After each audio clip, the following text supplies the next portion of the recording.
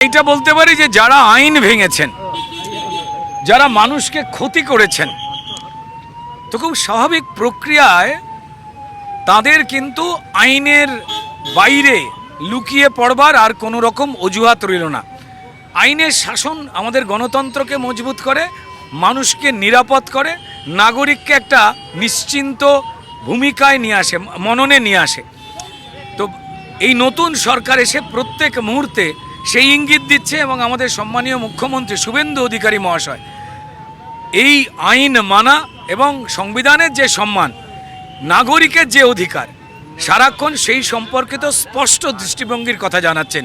তো যারা অন্যায় করেছেন, পাপ করেছেন, নিয়ম ভেঙেছেন এই দেশের, এই মাটির, তাদের তো ডেফিনেটলি শাস্তি পেতেই হবে। অরূপ রায়ের নাম উঠে আসছে।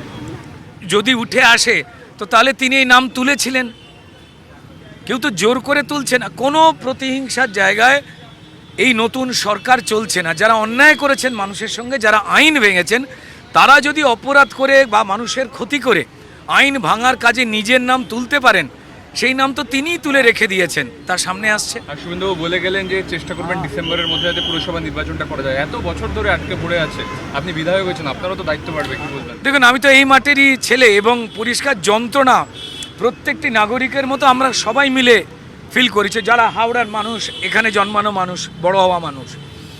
2018 সাল থেকে পুরো পরিষেবা বন্ধ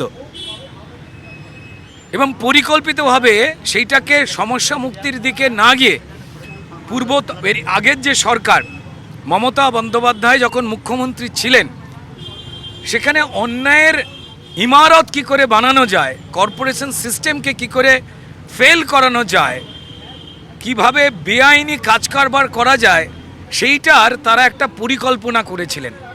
এবং মানুষ যন্ত্রণায় পড়ুক, মানুষ কষ্ট পাক, মানুষ মরুক, আমাদের কি, আমরা তো লুঠের টাকা পাচ্ছি, এমনটা ছিল পরিকল্পনা। তা মানুষ বারবার জানিয়েছেন, আমরা চোখের সামনে দেখতে পেয়েছি।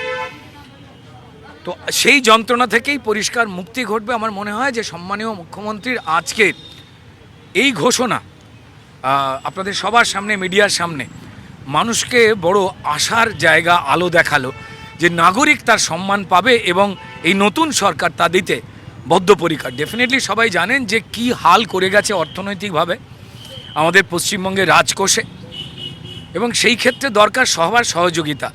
তো তাহলে অর্থাভাব ডেফিনেটলি করে গেছে।